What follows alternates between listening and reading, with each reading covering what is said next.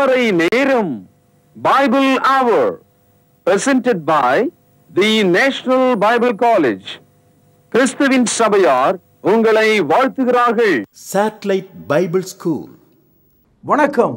தேசிய வேதாகம கல்லூரி மாணவ கண்மணிகளே, தோழர்களே, அருமை பெற்றோரே, உலகளாவிய என் தமிழ் சொந்தங்களே, இந்த நாட்களில் சர்ச் ஹிஸ்டரி, சபை சரித்திரம் என்ற தலைப்பில் 3ஆம் ஆண்டு மாணவர்களுக்காக இந்த பாடத்தை வழங்குவதில் நான் மகிழ்ச்சி அடைகிறேன். இப்போ இந்த பைபிள் நம்ம கையில் இருக்கும்போது அது ஏறக்குறைய 6000 வருட வரலாற்றை உடையதாக இருக்கிறது. அப்படியானால் 6000 வருட சரித்திரத்தை நமக்கு காண்பிக்கிறதுனால இந்த சரித்திரத்தை தேவனுடைய பார்வையிலிருந்து நாம் கற்றுக்கொள்ளணும். We must understand the Bible history from God. தேவனுடைய பார்வையிலிருந்து நம்ம கற்றுக்கொள்ளணும். பாருங்கள், ரோமர் 15வது அதிகாரம் 4வது வசனம், தேவ வசனத்தினால் உண்டாகும் பொறுமையினாலும் ஆறுதலினாலும் நாம் நம்பிக்கையுள்ளவர்களாகும்படிக்கு, பேனா இருந்தால் அடிக்கோடு விடுங்கள், முன்பு எழுதியிருக்கிறவைகள் எல்லாம் நமக்கு போதனையாக எழுதியிருக்கிறது. இந்த வசனத்தில் முன்பு எழுதியிருக்கிறவைகள் ஆதியாகமம் 1:1 எல்லா தகவல்களும் நமக்காக எழுதப்பட்டிருக்கிறது. ஏன்னா சரித்திரம் எழுத்து வடிவுக்கு வந்தால் தான் மனிதர்களால் அதை புரிந்து கொள்ள முடியும். ஹிஸ்ட்ரி மஸ்ட் பி ரிட்டன், இல்லையா? சரித்திரம் எழுதப்பட வேண்டும். ஆகவே தான் பைபிள் எழுதப்பட்ட ஒரு புத்தகமாக இருக்கிறது. அப்போது பைபிளுடைய சரித்திரத்தை தேவன் நமக்கு தருகிறார். The history of the Bible, it begins with God. ஆக கடவுளை தள்ளிவிட்டு பைபிள் சரித்திரத்தை நம்மால் புரிந்து கொள்ள முடியாது. நல்ல வேளை தேவன் நமக்கு எல்லாவற்றையும் படித்து புரிந்து கொள்வதற்கு நம்முடைய மொழியில் இந்த வேதாகமத்தை தந்திருக்கிறார்.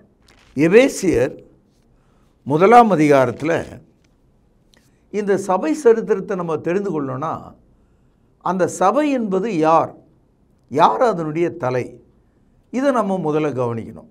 எபேசியர் 1ஆம் அதிகாரம் 23வது வசனம், எல்லாவற்றையும் எல்லாவற்றாலும் நிரப்புகிறவருடைய நிறைவாகிய சரீரமான சபைக்கு அவரை எல்லாவற்றுக்கும் மேலான தலையாக தந்தருளினார்.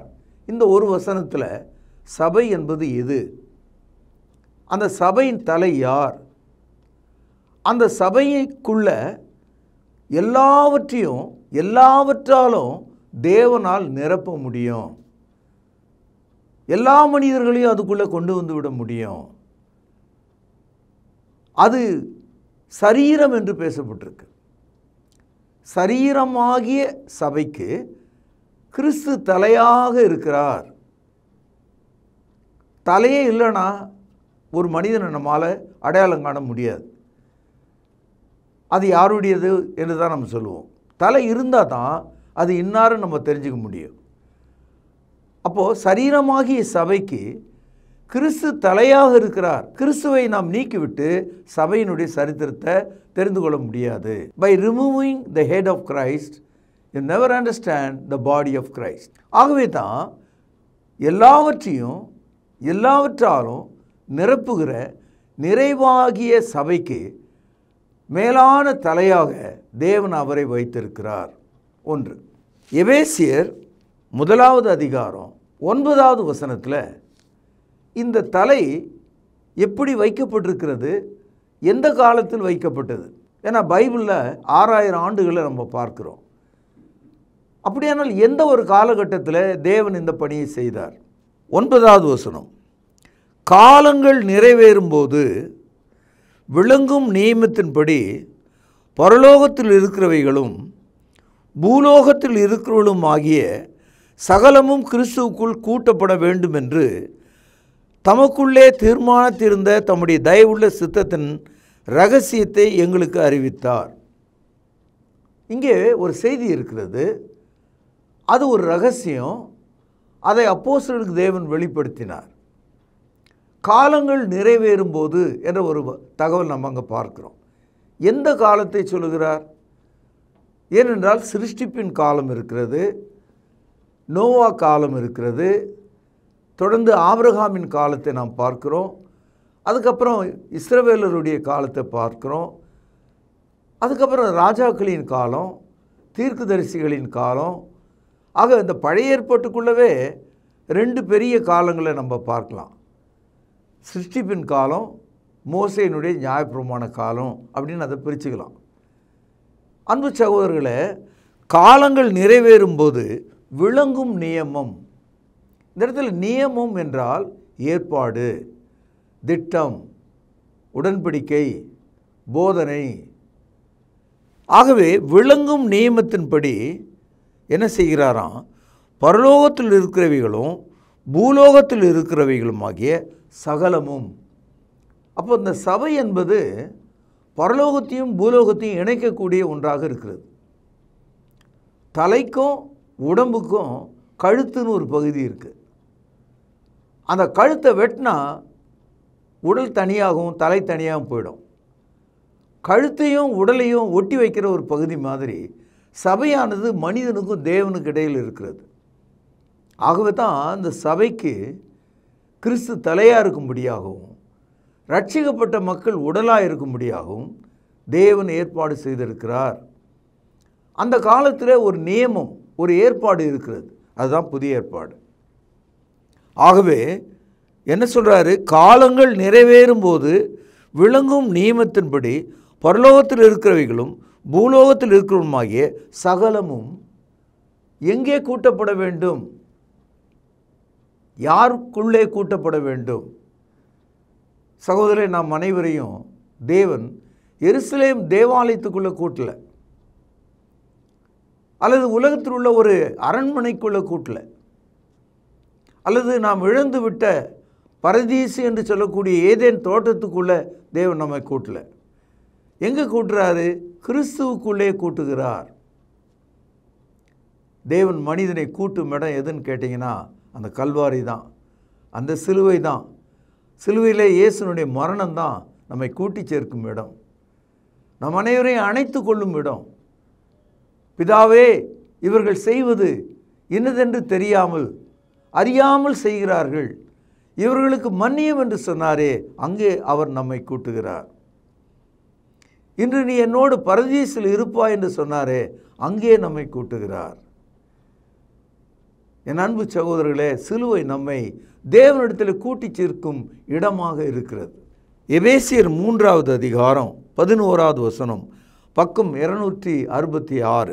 இயேசு கிறிஸ்துவை கொண்டு, கவனியுங்கள், எல்லாவற்றையும் சிருஷ்டித்த தேவனுக்குள்ளே, பேனால் அடிக்கோடுங்கள், ஆதி காலங்கள் முதல் மறைந்திருந்த இரகசியத்தினுடைய ஐக்கியம் என்னதென்று எல்லாருக்கும் வெளிப்படையாக காண்பிப்பதற்கு இந்த கிருபை எனக்கு அளிக்கப்பட்டிருக்கிறது.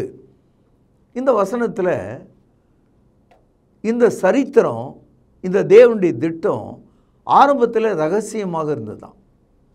It was a mystery in the beginning. But when the time has come and being fulfilled, அந்த காலங்கள் நிறைவேறின போது தேவன் ஆதி காலம் முதல் தாம் மனதில் கொண்டிருந்தவைகள் எல்லாம் வெளிப்படையாக காண்பிப்பதற்கு விருப்பம் கொண்டார். இந்த இடத்துல இந்த பைபிளை நம்ம கண்டிப்பாக கையில் எடுத்துக்கணும். When you want to search the history of the church, unless you depend and put your faith on the Bible, you never understand the history of the church. சபையினுடைய சரித்திரத்தை உன்னால் தெரிந்து கொள்ள முடியாது. கத்தோலிக்கர்கள் மைல் கணக்கில் புத்தகத்தை வச்சிருக்காங்க. அவங்க 2000 வருஷமாக எங்களுக்கு சரித்திரம் தெரியும்னு சொல்கிறாங்க. ஒவ்வொரு புராட்டஸ்டன்ட் சபைகளும் கத்தோலிக்கர்களும் இன்னும் பெந்தேகோஸ்து மக்களும் கூட அவர்கள் ஏராளமான புத்தகங்களை, வெளிப்பாடுகளை எழுதி வச்சுக்கிட்டு தான் இருக்காங்க. ஆனால் ஒருவரும் தங்களுடைய சரித்திரத்தை அவர்கள் படித்து பார்க்க விரும்புவதில்லை. பாருங்கள், நம்முடைய பெயர் என்ன, நாம் எந்த தேதியில் பிறந்தோம், எந்த ஊரில் பிறந்தோம், இது ஒரு அடிப்படையான தேவையான நாகரிகமான பதில்களாகத்தான் இருக்க முடியும். நான் எந்த தேதியில் பிறந்தேன்னு தெரியாது, எந்த ஊரில் பிறந்தேன்னு தெரியாது, எனக்கு ஏன் இந்த பேர் வச்சாங்கன்னு எனக்கு தெரியாது, ஆனால் நான் ஒரு கிறிஸ்தவனாக இருக்கிறேன் அப்படின்னு நீங்கள் சொன்னால் அது எவ்வளோ மூட நம்பிக்கையாக இருக்குன்னு பாருங்கள். அப்போ நம்ம எல்லாருக்குமே ஒரு பேர் இருக்குது, ஒரு பிறந்த தேதி இருக்குது, பிறந்த ஊர் இருக்குது. இதை தெரிஞ்சுக்கிட்டா தான் மனிதர்களாகிய நாம் நம்முடைய வாழ்க்கையை, நம்முடைய சரித்திரத்தை நம்ம தெரிஞ்சு வச்சுக்க முடியும். மிருகங்கள் கூட தங்களுக்குன்னு ஒரு சில அடையாளங்களை வச்சுருக்கு. இது என்னுடைய இடம், இது என்னுடைய குகை, இது என்னுடைய கூடு என்று அதற்குரிய காலத்தில் ஒரு சிறிய சரித்திரத்தை அது வச்சுருக்கு, ஒரு காலத்தை அது வச்சுருக்கு. மனிதர்கள் தங்களுடைய சரித்திரத்தை வச்சுருக்காங்க. நம்முடைய நாட்டில் எத்தனை சரித்திரங்கள் நாம் படிக்கிறோம். வட இந்தியாவிலேருந்து தென்னிந்தியா வரைக்கும் படிக்கிறோம். இப்போ மனிதர்கள் நல்ல உண்மையான சரித்திரத்தை தெரிஞ்சுக்கணுன்னா மனிதனுடைய காலடி இருக்கிற மண்ணை தோண்டினால் நம்முடைய பூர்வ சரித்திரங்களை நம்மால் தெரிந்து கொள்ள முடியும். அதனால தான் ஜியாலஜிக்கல் சர்வே, தொல்லியல் துறை என்று ஒரு துறை வச்சுருக்கோம். அங்கே என்ன நடக்குதுன்னா, நாம் யார் என்பதை பழங்கால கற்கள், நம்ம பயன்படுத்தின பொருட்கள், அது எவ்வளோ காலமாக நம்ம செஞ்சோம் அப்படின்னு சொல்லி கார்பன் டேட்டிங், அதாவது ஒரு பொருள் இவ்வளோ காலம் இருக்குதுன்றதை கண்டுபிடிச்சிடலாம். அதே போல் ஒரு மனிதனுடைய எலும்பு கூட எடுத்து அவன் எத்தனை 1000 ஆண்டுகளுக்கு முன்னால் வாழ்ந்தான் அப்படின்றத கார்பன் மூலமாக நம்ம கண்டுபிடிச்சிடலாம். கார்பன் 14 சொல்கிறாங்க. அதை மொஹஞ்சதாரோ ஹரப்பா, அதுதான் இந்தியாவினுடைய நாகரிகம், அதுதான் சரித்திரம் அப்படின்னு நம்ம நினச்சிட்டு இருந்தோம். ஆனால் இப்போ சமீபத்தில் கீழடி நாகரிகம் அப்படின்னு ஒன்று கண்டுபிடிச்சாங்க. அது மொஹஞ்சதாரோ நாகரிகத்தை விட ரொம்ப பழமையாக இருக்கிறது. அப்போ இங்கே தோண்டி எடுக்கும்போது இந்த பகுதியில் வாழ்ந்த தமிழர்களுடைய நாகரிகத்தை நம்மால் பார்க்க முடியுது, சொல்ல முடியுது. அவங்க பயன்படுத்தின பொருட்கள் இன்றைக்கும் மிக விவரமாக நம்ம அதை படித்து கொண்டிருக்கிறோம். அப்போது ஒரு இனம், ஒரு குழு, ஒரு மனிதன், இவர்களெல்லாம் நம்ம தெரிஞ்சுக்கணுன்னா, அந்த நாகரிகத்தை தெரிந்து கொள்ளணுன்னா நமக்கு பின்னால் போய் இதெல்லாம் தேடி பிடிக்கணும். அது மாதிரி பைபிளில் சபையினுடைய சரித்திரத்தை நம்ம தெரிஞ்சுக்கணுன்னா தேவனுடைய திட்டம் என்ன, அவருடைய தீர்மானம் என்ன, அதை குறித்து தேவன் முன்கூட்டி என்ன சொன்னார், அங்கிருந்து ஆரம்பித்தோம்னா இந்த சரித்திரத்தை நம்ம பிடிச்சிக்கலாம். மனிதன் மண்ணுக்கு அடியில் இருக்கிற சரித்திரத்தை தேடி பிடிக்கிறான். கிறிஸ்தவர்களாகிய நாம் வேதாகமத்தினுடைய சரித்திரத்தை வசனத்தின் கீழே தேடி பிடிக்கிறோம். மண்ணுக்கு அடியில் நம்ம தோன்றது கிடையாது. ஆகவே தான் we search our history from the word of God. அப்போ தேவனுடைய வார்த்தையிலிருந்து தேவனுடைய சரித்திரத்தை நம்ம தெரிந்து கொள்கிறோம். ஏற்கனவே நம்ம எபேசியர் 1 அதிகாரம் 23வது வசனம், எபேசியர் 1 அதிகாரம் 9-10 வசனங்கள், எபேசியர் 3 அதிகாரம் 11 வசனம், இதெல்லாம் நம்ம படிச்சிட்டோம். அதாவது அந்த ரகசியம் இப்போ எல்லாருக்கும் தெரிய வந்திருக்கான். எல்லா மனிதரையும், எல்லா இனக்குழுவையும், எல்லா மொழியையும், எல்லாவற்றையும் எல்லாவற்றாலும் நிரப்புகிற நிறைவாகிய சரீரமான சபைக்கு கிறிஸ்து தலையாக இருக்கிறார். அப்படியானால் அந்த தலையாகிய கிறிஸ்து தாங்கி இருக்கிற அந்த உடல், அந்த சபை, அதனுடைய சரித்திரத்தை நமக்கு காண்பிக்கிறது. உதாரணமாக நீங்கள் எந்த ஊரில் பிறந்தீங்க அதை அவங்க இனிஷியலே வச்சுருப்பாங்க. உதாரணமாக ஒரு ஆள் பேர் சொல்கிறாருன்னா நெல்லை ஜபராஜ் என்று சொல்கிறாருன்னு வைப்போம். அப்போ அது அவருடைய ஊரை காட்டுது. அரவங்குறிச்சி ஜான், அப்போ அரவங்குறிச்சி ஊரில் பிறந்தாருன்னு அர்த்தம். அது மாதிரி அரக்கோணம் ஜபஸ்டின், அப்போது அந்த ஊரோட அவருடைய பேர் விளங்குது.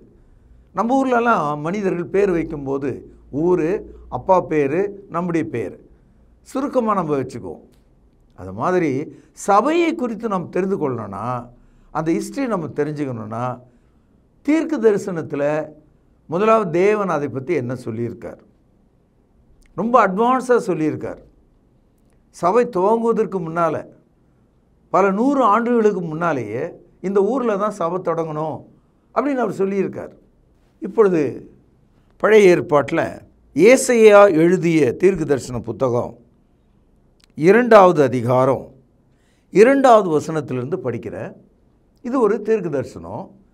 இயேசு கிறிஸ்துனுடைய சபை துவங்குவதற்கு முன்பாக சுமார் 750 ஆண்டுகளில் சொல்லப்பட்ட தீர்க்க தரிசனம். இந்த பகுதி பழைய ஏற்பாட்டில் 807வது பக்கத்தில் இருக்கிறத நீங்கள் பார்க்கலாம். 2வது வசனம், கடைசி நாட்களில். இந்த துவக்கமே நீங்கள் பாருங்கள். அப்போது பழைய ஏற்பாடு என்று சொல்லக்கூடிய ஜெனிசிஸில் ஆரம்பித்து ஆதியாகமத்தில் ஏசாயா வரைக்கும் வருகிற ஒரு காலகட்டத்திலிருந்து நாம் இந்த வசனத்தை கவனிக்கணும்.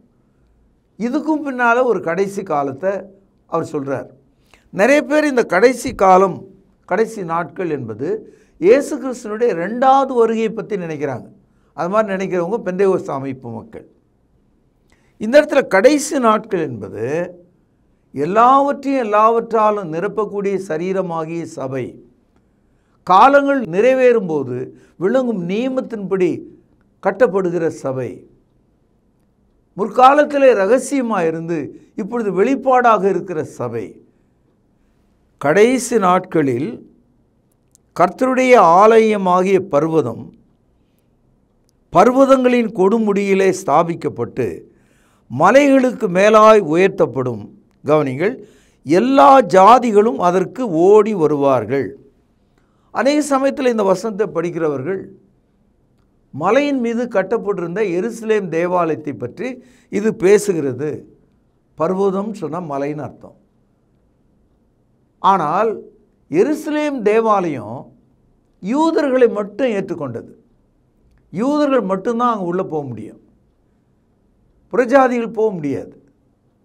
ஆகவே இங்கே எல்லா ஜாதிகளும் அதற்குள்ளே ஓடி வருவார்கள்.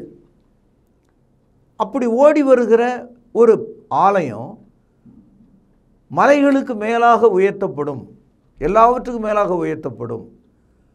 பைபிளில் மலைகள் என்பது ராஜ்யங்களை குறிக்கிறது, ஆளுகையை குறிக்கிறது, ஆலயத்தையும் குறிக்கிறது. அதனால் பர்வதங்கள் என்ற அந்த வார்த்தைக்குள்ள பல விஷயங்கள் அடங்கி இருக்கிறது. ஏசாயா இந்த தீர்க்க தரிசனம் சொல்லும்போது எருசலேமில் மலையின் மேலே, மலை சூழ்ந்த நகரத்தில் சாலமோனுடைய தேவாலயம் இருக்குது. அப்படியானால் இங்கே எருசலேமில் இருக்கிற தேவாலயம் ஏற்கனவே இருக்காங்க. அப்போ ஏசாயா என்ன சொல்கிறாரு? இல்லை, இது கடைசி காலத்தில் நடக்கிற ஒரு தேவாலயம். அப்படியானால் இந்த வசனம் சாலமோன் கட்டின தேவாலயத்தை பற்றி அல்ல. தேவன் காலங்கள் நிறைவேறும்போது எல்லா மனுஷர்களையும் கூட்டி சேர்க்கிற ஒரு தேவாலயத்தை குறித்து பேசுகிறார். சபை ஆலயம் என்று பேசப்பட்டிருக்கிறது. சரி, இந்த ஆலயத்துக்குள்ள வர மனிதர்கள் எப்படிப்பட்ட மக்கள்? எல்லாரும் வரலாம். யூதர்கள் வரலாம், இஸ்லாமியர்கள் வரலாம், இந்துக்கள் வரலாம், சீனர்கள் வரலாம், உலகத்தில் எல்லா மனிதர்களும் வரலாம். பாருங்கள் 3வது வசனம், திரளான ஜனங்கள் புறப்பட்டு வந்து நாம் கர்த்தரின் பர்வதத்துக்கும் யாக்கோபனுடைய தேவனுடைய ஆலயத்துக்கும் போவோம் வாருங்கள். அவர் தமது வழிகளை நமக்கு போதிப்பார், நாம் அவர் பாதைகளில் நடப்போம் என்பார்கள். ஏனெனில் கவனிங்க, சியோனிலிருந்து வேதமும் எருசலேமிலிருந்து கர்த்தருடைய வசனமும் வெளிப்படும். பைபிள் கொஞ்சம் தெரிஞ்ச போதகர்களுக்காக சொல்கிறேன். பழைய ஏற்பாடு எங்கேருந்து நமக்கு கொடுக்கப்பட்டது? சீனாய் மலையில் ஓரேப் என்ற இடத்திலிருந்து தேவன் பழைய ஏற்பாட்டை கொடுத்தார். ஆனால் புதிய ஏற்பாடு எங்கிருந்து கொடுக்கப்பட்டது? எருசலேம் நகரத்திலிருந்து. அதனால்தான் சியோனிலிருந்து வேதமும் எருசலேமிலிருந்து கர்த்தருடைய வசனமும் புறப்படும் அல்லது வெளிப்படும். So the Old Testament, Moses received the Old Testament on the mountain of Sinai, whereas the New Testament was given on the mountain of Jerusalem.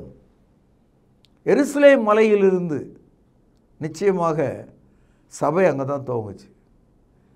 கிறிஸ்துவும் அங்கே தான் மரித்தார். கொல்கதா என்பது எருசலேமை சேர்ந்த ஒரு பகுதி.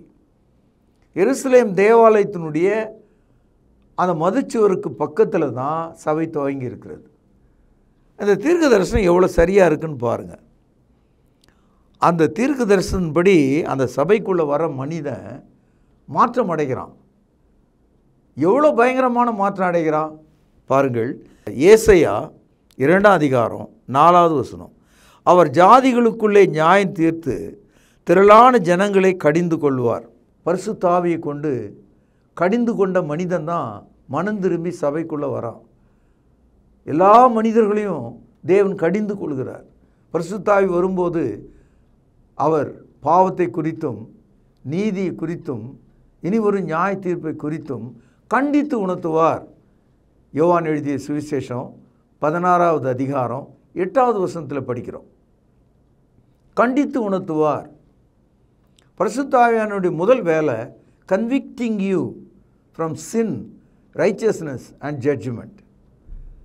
ஆகவே பரிசுத்த ஆவியை கொண்டு கடிந்து கொண்ட மனிதன், மனம் திரும்புகிற மனிதன் கிறிஸ்துக்குள்ளே கீழ்ப்படுகிறான். அவன் கீழ்ப்படிந்த போது அவன் வாழ்க்கை மாறி இருக்கிறது. பாருங்கள், வெட்டுவதற்கான ஒரு பட்டயம் அது இரும்பால் செய்யப்பட்டது. அதே போல் கொலை செய்வதற்கான ஒரு ஈட்டி அதுவும் இரும்பால் செய்யப்பட்டிருக்கு. ஆனால் உங்களுக்கு தேவைப்பட்டால் அந்த பட்டயத்தையும் அந்த ஈட்டியும் மறுபடியும் நெருப்பில் போட்டு அதை நன்றாக உருக்குவீர்களானால் வேறு பொருளாக மாற்றிக்கலாம், வேறு பொருளாக பயனுள்ள பொருளாக மாற்றிக்கலாம். உதாரணமாக மண்வெட்டியை மாற்றிக்கலாம், அறுவடை செய்கிற அந்த அறுவடை கத்தியாக மாற்றிக்கலாம். மண்வெட்டியும் அந்த அறுவடை கத்தியும் உழைப்பு, உணவு, விவசாயினுடைய தோழனாக இருக்கிறது. மண்வெட்டியை வெட்டினா தான் மண்ணை எடுத்து பிரித்து பார்த்தால்தான் விதை விதைக்க முடியும். விளைஞ்ச பிறகு கையில் பிடுங்க முடியாது. அதை அறுவடை செய்வதற்கு அருவா கத்தி நமக்கு தேவை. ஆனால் இந்த மண்வெட்டியும் இரும்பு தான், இந்த அறுவடை செய்கிற அந்த அருவா கத்தியும் இரும்பு தான். இந்த ரெண்டையும் இரும்புல தானே செஞ்சாங்க. புது இரும்பு பழைய இரும்பெல்லாம் கிடையாது, எல்லாம் இரும்பு தான். எப்போ வேணாலும் நம்ம அதை மாற்றிக்கலாம். பாருங்கள் 4வது வசனம்.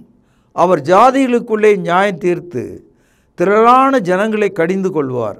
அப்பொழுது அவர்கள், நல்ல கவனிங்க, பட்டயங்களை மண்வெட்டிகளாகவும் ஈட்டிகளை அரிவாளாகவும் அடிப்பார்கள். பட்டயங்கள் மண்வெட்டியாக மாறிச்சு, ஈட்டிகள் அரிவாளாக மாறிடுச்சு. பட்டயமும் ஈட்டியும் யுத்த கருவிகள், கொலை கருவிகள். மண்வெட்டியும் அரிவாளும் சமாதான கருவிகள், உணவு கருவிகள்.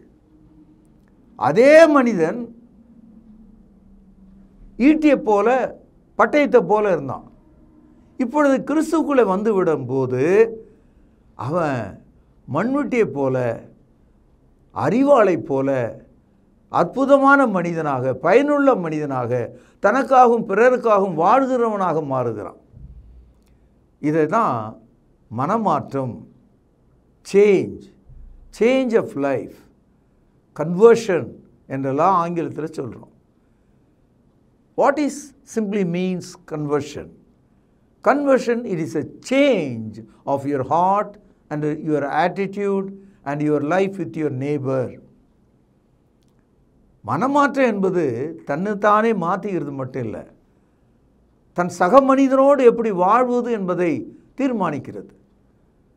வெட்டுக்கத்தியாக இருந்த மனுஷன் மண்வெட்டியாக மாறிட்டான். குத்து ஈட்டியாக இருந்த மனுஷன் அரிவாளை போல மாறிட்டான். சமாதான கருவியாக மாறிட்டான். கிறிஸ்துக்குள்ளே மறுபடியும் பிறக்கிற ஆள் இப்படி தான் இருக்கான். 2 கொரிந்தியர் 5வது அதிகாரம் 17வது வசனத்தில் படிக்கிறோம்.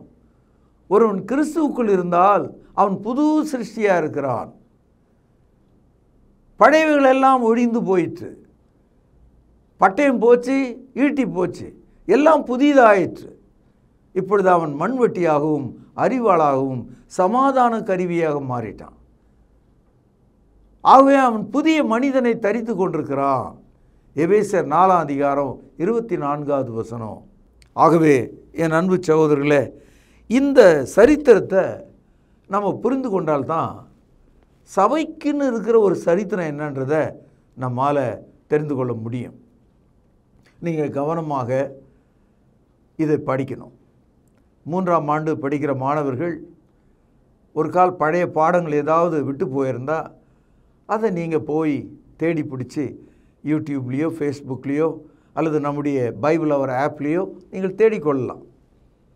என் அன்பு சகோதரர்களே, விரைவாக புதிய ஏற்பாடு முழுவதையும் ஆடியோ வீடியோ ஃபார்மேட்டில் மத்தேயிலிருந்து வெளிப்படுத்தல் வரைக்கும் இருக்கிற அந்த பகுதி முழுவதையும் நீங்கள் பார்த்து கொள்ளலாம். அதற்கான முயற்சிகளை நான் ஈடுபட்டிருக்கேன். அந்த வேலை எப்பொழுது முடியும் என்று எனக்கு தெரியல.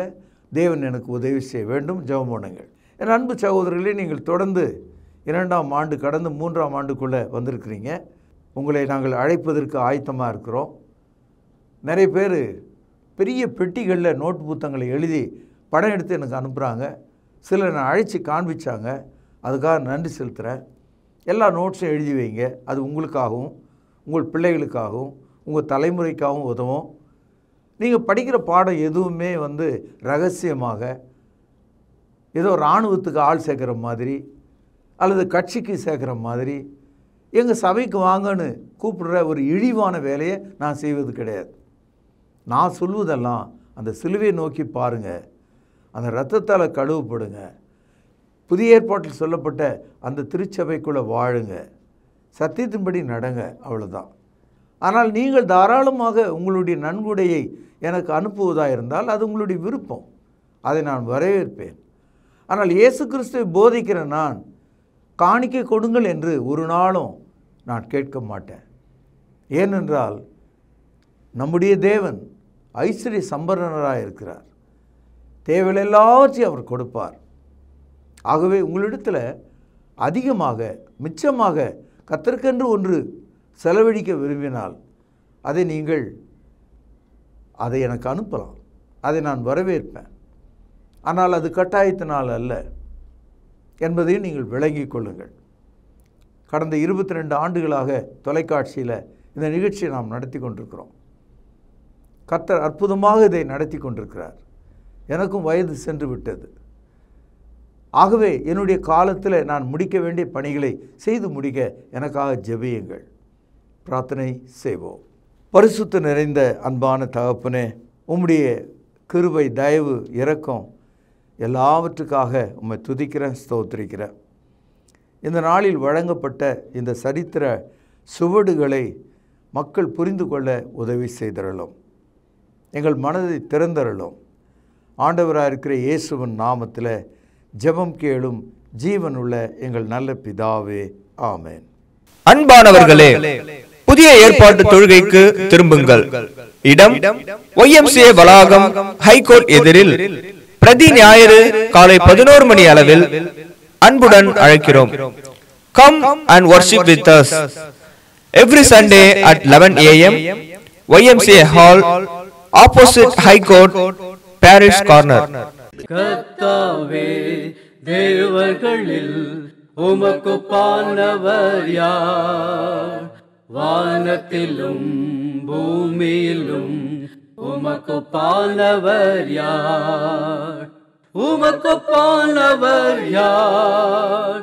உமக்கு பானவர் யார்? வானத்திலும் பூமியிலும் உமக்கு பானவர் யார்?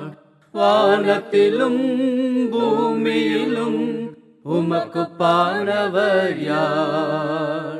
தொடர்பு கொள்ள வேண்டிய முகவரி: திருமறை நேரம், 58 சர்ச் தெரு, குமரன் நகர், சென்னை 6,82,000. தொலைபேசி எண் 0442550082. செல்போன் 9385500882.